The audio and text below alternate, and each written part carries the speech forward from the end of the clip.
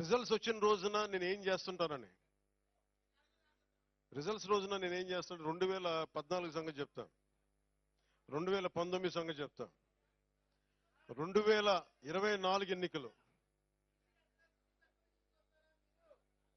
మాట్లాడనివ్వండి, మీరు ఉండండి, మాట్లాడనివ్వండి. ఫస్ట్ మీరు ఆగండి. ఇది ప్రెస్ మీటా బాబు? ప్రెస్ మీటా ఇది? ప్రెస్ మీట్లా మాట్లాడొద్దు. మాట్లాడుతున్నాం కదా, సభా సంస్కారమేనా అది? వినాలి, అలా అలా కుదరదు. విను విను విను, అలా కుదరదు. సభా సంస్కారం కాదు అది, సభా సంస్కారం కాదు. వినాలి మాట. ఏది సభకి, ఏది సభ? వినండి ఒక నిమిషం. ఏది సభ, ఏది అభినందన సభ? అది మాట్లాడకపోతే ఎట్లా? అది వినిపించకపోతే ఎట్లా? ఏదైనా కానీ, ఎవరైనా కానీ, ఏ పార్టీ అని కాదు, ఏ పార్టీ అని కాదు,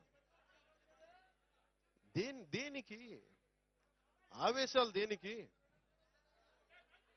కృతజ్ఞతలు? వినండి వినండి బాబు, బాబు ఒక నిమిషం బాబా, ఆగండి. ఇది ముందస్తుగా కృతజ్ఞతలు చెప్పుకోవడానికి వచ్చాం. సమస్య ఏమైపోయిందంటే, పవన్ కళ్యాణ్ అనగానే అందరికీ అలుసు చులకన అయిపోయింది.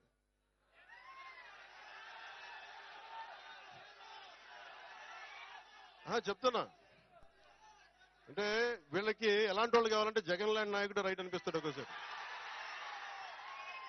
ఇంటర్వ్యూలు ఇవ్వడం, మాట్లాడితే కొడతాడు, బెదిరిస్తాడు. వాళ్ళ దగ్గర భయంగా ఉంటారు, వాళ్ళ దగ్గర బలంగా ఉంటారు. ఇట్లా చేతులు కట్టుకుని కూర్చుంటారు.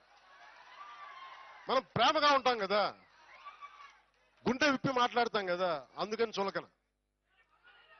అందుకని దయచేసి అందరూ కూడా, నేను చాలా గట్టి అని గుర్తుపెట్టుకోండి. భయాలు లేవు నాకు. ఎంత మొండివాణ్ణో, ఎంత పట్టు పడితే వదలను గుర్తుపెట్టుకోండి. అందుకని నాతో మాట్లాడేటప్పుడు చాలా పద్ధతిగా మాట్లాడాను. గుండెల్లో పెట్టుకొని మర్యాద ఇస్తాను, గుండెల్లో పెట్టుకొని. నియమాలు పాటిస్తాం, ప్రోటోకాల్స్ పాటిస్తాం. కానీ అలుసుగా తీసుకుంటే మటుకు నేను అంత తేలిగ్గా తీసుకున్నాను. ఎందుకంటే నేను ఒక వ్యవస్థని నడపాల్సిన వాడిని.